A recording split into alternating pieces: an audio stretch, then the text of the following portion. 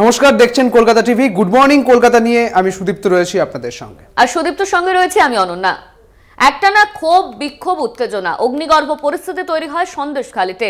পুলিশের হেফাজতে রাঘব বোয়ালরা, সিবিআই এর হাতে বন্দী সন্দেশখালীর বাদশা শেখ শাহজাহান।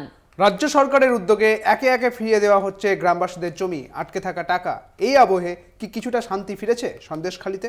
স্বস্তিতে কি ঘুমোচ্ছে গ্রাম? কেমন আছে সন্দেশখালী? গ্রাউন্ড জিরোয় কলকাতা টিভি।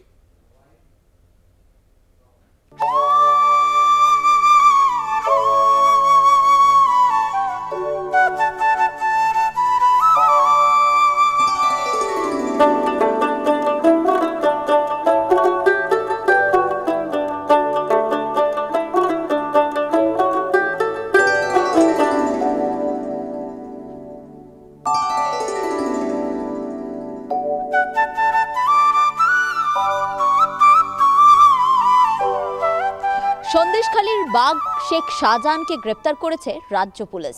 তারপরে সেই তদন্তভার কলকাতা হাইকোর্টের নির্দেশে চলে গেছে সিবিআই এর হাতে। কিন্তু এই আইনি মারপ্যাচের বাইরে কেমন আছে সন্দেশখালী?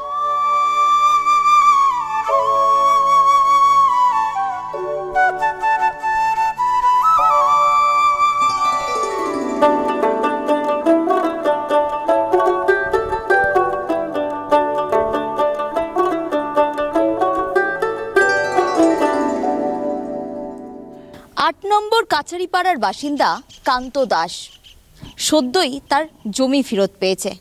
তবে সেই জমি কি হালতে রয়েছে, আদেও চাষ করার যোগ্য কিনা কথা বলে নেব। জমি ফেরত পেয়েছেন, প্রথমেই জিজ্ঞাসা করব কতটা খুশি হচ্ছেন জমি ফেরত পাওয়ার? হয়তো ভালো হয়েছি, কিন্তু আপনার এই জমি জায়গা না সমান করে দিলে আমি কী কী করবো? আমি গরিব তো মানুষ। এই ভট করতে তো অনেক পয়সা করি দরকার। দেখছেন তো খাল কিরম করে গেছে। কত বিঘা জমি? মোট ধরেন আমার বাবার ধরে আমার ধরে প্রায় 6 বিঘা। 6 বিঘা জমি। 6 বিঘা জমি কি জোর করে নিয়েছিল শিবু? না, তা শিবুদা জোর করে নেয়নি। সাইডের লোকজন পাঠিয়ে দিয়ে বলছে এখান থেকে একটা ঘের করবো, আমার তোমরা দিয়ে দাও, হচ্ছে কোনো অসুবিধা নেই, মাসে বছরে বছর টাকা দিয়ে দেবো। হ্যাঁ, এইভাবে আমাদের কাছে বলে করে নেওয়া।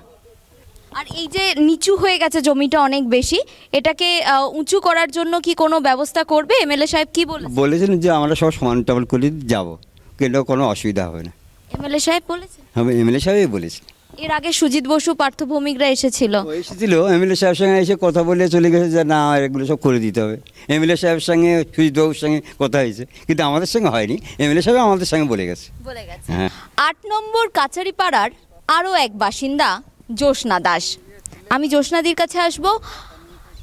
এখন কেমন আছো? আমার প্রথম প্রশ্ন তোমার কাছে, যে সন্দেশখালী যেভাবে উত্তপ্ত হয়েছিল সেই জায়গা থেকে দাঁড়িয়ে তোমাদের যে একাধিক অভাব অভিযোগ ছিল, সেই জায়গা থেকে দাঁড়িয়ে এখন কেমন আছো যখন সন্দেশখালীর বাঘ যাকে তোমরা বলতে সে গ্রেপ্তার হয়ে গেছে? সন্দেশখালীর বাঘ তো গ্রেপ্তার, সুন্দরবনের বাঘ গ্রেপ্তার হয়েছে। এখন ভালো আছি।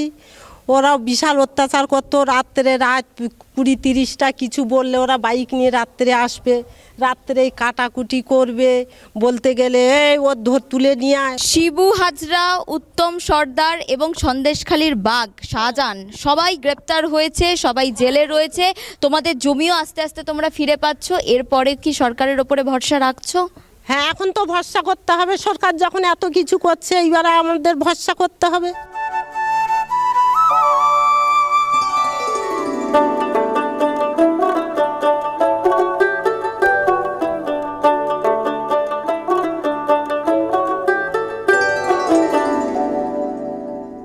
ক্যামেরায় সোমের মুখোপাধ্যায়ের সঙ্গে রিয়া মাঝি, কলকাতা টিভি, সন্দেশখালী।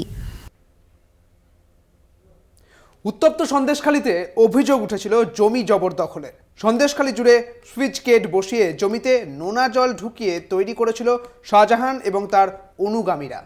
ধাপে ধাপে এবার সেই সুইচ গেট ভাঙার কাজ শুরু করেছে সেচ দফতর। গ্রামবাসীদের দ্রুত জমি ফেরাতে উদ্যোগ রাজ্য সরকারের। গ্রাউন্ড জিরোয় কলকাতা টিভি। সন্দেশখালীর বুকে শিবু উত্তমরা বানিয়েছিল একাধিক সুইচ গেট, আর সেখান দিয়েই ঢোকানো হতো নোনা জল। সমস্ত চাষের জমিকে নষ্ট করে দেওয়া হতো সেই নোনা জল ঢুকিয়ে, যাতে সেগুলো চাষের আর উপযুক্ত না থাকে।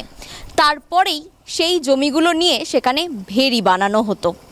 এবার সেই সমস্ত সুইচ গেট বন্ধ করে দেওয়া হচ্ছে সরকারের হস্তক্ষেপে।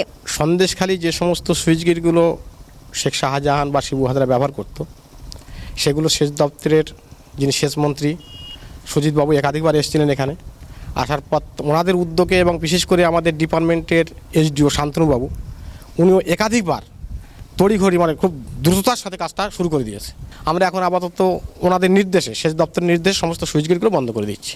পাশাপাশি এই যেগুলো দেখছেন, এই যে ইটের যে রাস্তাঘাটগুলো আছে, যানবাহন চলাফেরার অসুবিধা আছে, এগুলো সেচ দপ্তর থেকে আপাতত একটা প্রাইমারি আলোচনা হয়েছে, ইটের ব্যবস্থা করে দেবে আর কি। সুজিত বসু পার্থ ভৌমিকরা যখন এসেছিলেন তারা বলেছিলেন এই ৮ নম্বর কাছারিপাড়ার একদিকে যেমন ভেরি যেগুলো করেছে শিবু উত্তমরা জোর করে, সেগুলোকে চাষের জমি করার জন্য উপযুক্ত করে তুলবেন এবং দ্রুত সেই সমস্ত জমি সবাইকে ফিরিয়ে দেওয়া হবে এবং তার সঙ্গে সঙ্গে রাস্তাও বানিয়ে দেবে, এমনটাই কিন্তু আশ্বাস দিয়েছিলেন এখানকার বাসিন্দাদের। এবং এখন যেটা শোনা যাচ্ছে যে সেচ দপ্তরের তরফ থেকে একদিকে যেমন এই সমস্ত যেসব সুইচ গেটগুলো রয়েছে সেগুলো বন্ধ করার কাজ চলছে এবং অন্যদিকে রাস্তা হওয়ার অর্থাৎ ইট পড়ার সেই বিষয়টাও কিন্তু তারা নজরে রেখেছেন এবং খুব দ্রুতই আরম্ভ করবে বলে এমনটাই জানা যাচ্ছে। ক্যামেরায় সমীর মুখোপাধ্যায়ের সঙ্গে রিয়া মাঝি, কলকাতা টিভি, সন্দেশখালী। আজ নারী দিবস, আর নারী দিবসের আগেই রাজপথে দেখা গেল মুখ্যমন্ত্রী মমতা বন্দ্যোপাধ্যায়কে। মুখ্যমন্ত্রীর সঙ্গে মিছিলে পা মেলালেন সন্দেশখালীর মহিলারা। বাংলায় মহিলারা সবচেয়ে নিরাপদ দাবি করে মণিপুর হাতরাস নিয়ে গেরুয়া শিবিরকে কটাক্ষ মমতার। নারী দিবস উদযাপন, রাজপথে মুখ্যমন্ত্রী, মিছিলে সন্দেশখালীর মহিলারা। ব্রিগেডে তৃণমূলের জনগর্জনের আগেই পথে নামলেন মমতা বন্দ্যোপাধ্যায়। আন্তর্জাতিক নারী দিবসের আগে বৃহস্পতিবার কলেজ স্কোয়ার থেকে ডোরিনা ক্রসিং পর্যন্ত মিছিলে হাঁটলেন মমতা। মহিলাদের অধিকার আমাদের অঙ্গীকার স্লোগানে এগিয়ে চলে পদযাত্রা। রাজনৈতিক নেতৃত্বের সঙ্গে এদিন শহরের রাজপথে হাঁটতে দেখা গেল সন্দেশখালীর মহিলাদের। সন্দেশখালী নিয়ে অনেকে ভুয়ো সন্দেশও দিয়েছেন। মহিলাদের জন্য বাংলায় সবচেয়ে নিরাপদ ও সুরক্ষিত দাবি মমতার। একই সঙ্গে ডাবল ইঞ্জিন সরকার উত্তরপ্রদেশ মণিপুর নিয়েও প্রশ্ন তোলেন তিনি। সন্দেশখালী নিয়ে অনেকে ভুয়ো সন্দেশও দিয়েছেন। সন্দেশ মানে হিন্দিতে বলে আবার সংবাদ। একটা জায়গার নাম আমাদের বাংলায় বলে মিষ্টি এক রকমের, আর সন্দেশ মানে সংবাদও আছে।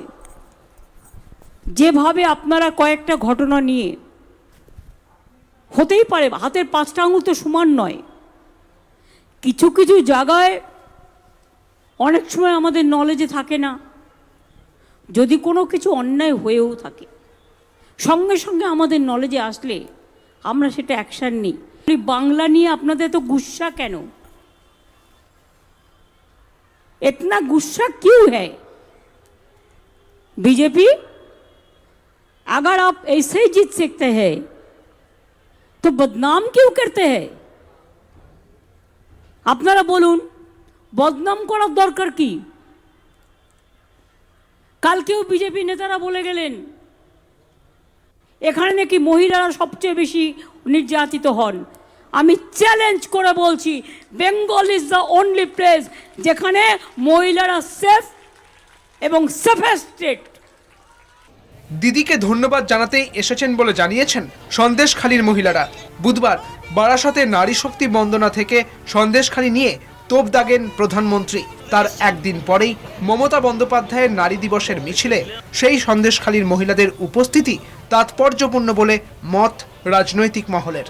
দেবজ্যোতি ঘোষের রিপোর্ট, কলকাতা টিভি। বিচারপতির কালো কোট ছেড়ে গেরুয়া বসন পড়লেন প্রাক্তন বিচারপতি অভিজিৎ গঙ্গোপাধ্যায়। বিরোধী দলনেতা শুভেন্দু অধিকারী এবং বিজেপির রাজ্য সভাপতির উপস্থিতিতে গেরুয়া শিবিরে যোগদান। বিজেপিতে যোগ দিয়েই বাংলা থেকে তৃণমূল কংগ্রেসকে উচ্ছেদের ডাক প্রাক্তন বিচারপতির।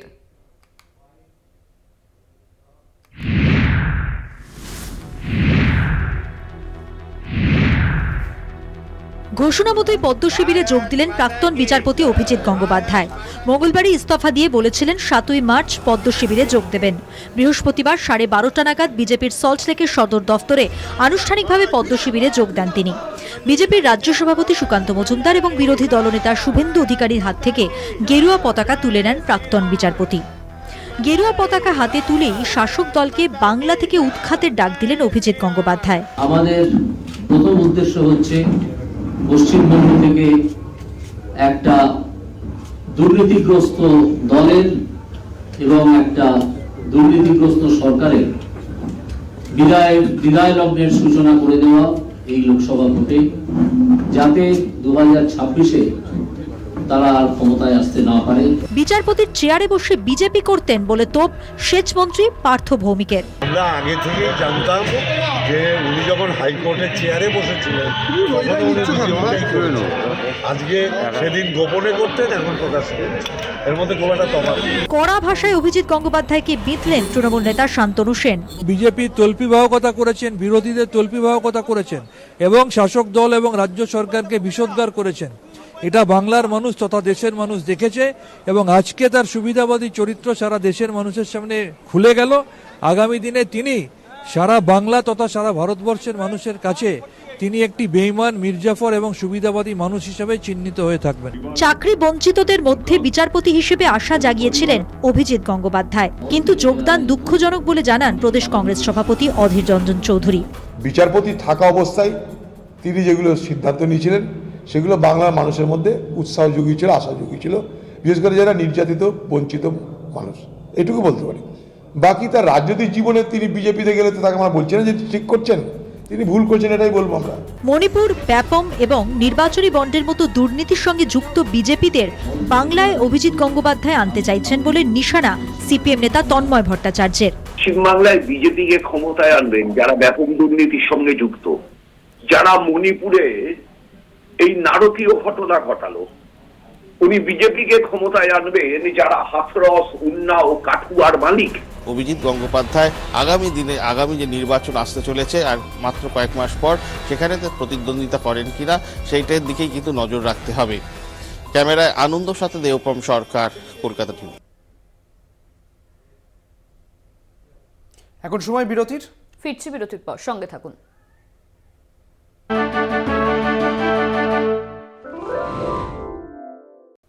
ফিরে এলাম বিরতির পর। শুরু করছি পরবর্তী খবর। বিজেপিতে পা রাখতেই তৃণমূলের নিশানায় অভিজিৎ গঙ্গোপাধ্যায়। নারী দিবস উপলক্ষে তৃণমূলের সভা থেকে মমতার তীব্র হুঙ্কার। নাম না করে অভিজিৎকে আক্রমণ, এবার জনগণ আপনার বিচার করবে, কটাক্ষ মমতার। এতদিন কোর্টে মানুষের জন্য বিচার দিতেন অভিজিৎ গঙ্গোপাধ্যায়, এবার তার বিচার করবেন জনগণ। আদালতের গণ্ডি ছেড়ে রাজনীতিতে পা রাখতেই অভিজিৎকে নাম না করে তীব্র কটাক্ষ তৃণমূল সুপ্রিমো মমতা বন্দ্যোপাধ্যায়ের। মুখোশটা খুলে পড়েছে, মুখ এবং মুখোশ। আমরা প্রথম থেকে বলছিলাম হাজার হাজার ছাত্রছাত্রীর চাকরি খেয়ে বড় নেতা হয়ে গিয়েছিলেন, প্রতিদিন মিটিং করে বক্তৃতা দিচ্ছে, টিভিতে গিয়ে ইন্টারভিউ করছে। অভিষেককে তো নাম করে করে রোজ গালাগালি দিত। অনেক কিছু দেখেছি আমি। আজকে আপনি কোথায় গেলেন? কাল থেকে আপনার রায় তো জনগণ দেবে। বৃহস্পতিবারই কালো সাদা পোশাককে বিসর্জন দিয়ে গেরুয়া শিবিরে যোগ দিয়েছেন প্রাক্তন বিচারপতি অভিজিৎ গঙ্গোপাধ্যায়। যোগদানের কয়েক ঘন্টা পরে অভিজিৎকে বিজেপি বাবু বলে আক্রমণ শানান মমতা। নারী দিবস উপলক্ষে মিছিল শেষে আয়োজিত সভা থেকে মমতার আরও ঝাঁঝালো বক্তব্য। হাজার হাজার ছাত্রছাত্রীর চাকরি কেড়ে নিয়েছেন, তৈরি থাকুন, আপনি যেখানে দাঁড়াবেন ছাত্রদের নিয়ে যাব। বিচারের বাণী নীরবে নিভিতে কাঁদে, রবীন্দ্রনাথ ঠাকুরের কথাই বলি। বিচারের চেয়ারে বসে বিজেপি বাবু বিজেপি পার্টিতে জয়েন করার কথা ঘোষণা করছেন। এদের দিকে তাকিয়ে মানুষ বিচার পাবে। লোকসভা ভোটের আগে দলবদলের রাজনীতিতে কিছুটা অস্বস্তিতে রাজ্য শাসক দল। তবে অভিজিৎ গঙ্গোপাধ্যায়ের রাজনীতির ময়দানে অভিষেক হতেই আসরে নেমে পড়েছে তৃণমূল। কোন আসন থেকে লড়বেন অভিজিৎ তা নিয়েও শুরু হয়েছে জল্পনা। কলকাতা টিভি। গুড মর্নিং কলকাতায় এখন সময় আরো একটি বিরতির। ফিরছি বিরতির পর, সঙ্গে থাকুন।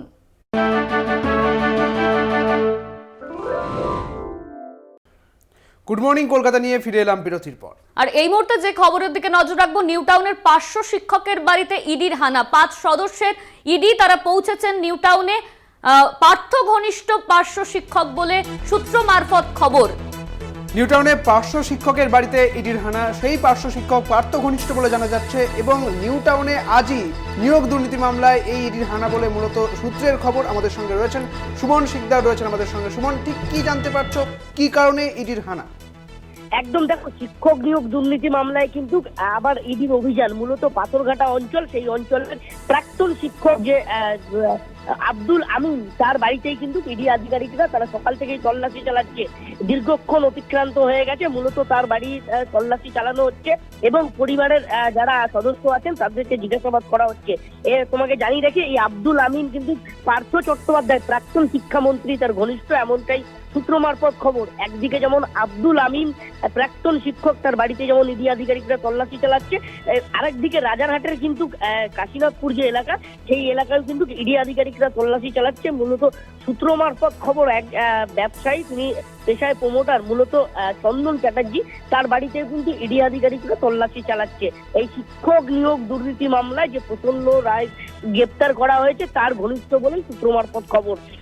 প্রায় 2 ঘন্টা অতিক্রান্ত হয়ে গেছে, ইডি আধিকারিকরা সেই বাড়িতে তল্লাশি চালাচ্ছে এবং বাড়ির সদস্যদের জিজ্ঞাসা করছে। মূলত এই শিক্ষক নিয়োগ দুর্নীতিতে তার নাম কিভাবে যেরকম উঠে এসছে, সেই কারণেই কিন্তু তল্লাশি, এমনটাই মনে করা হচ্ছে। ধন্যবাদ সুমন, তোমায়। আমাদের সঙ্গে ছিলেন আমাদের প্রতিনিধি সুমন শিকদার।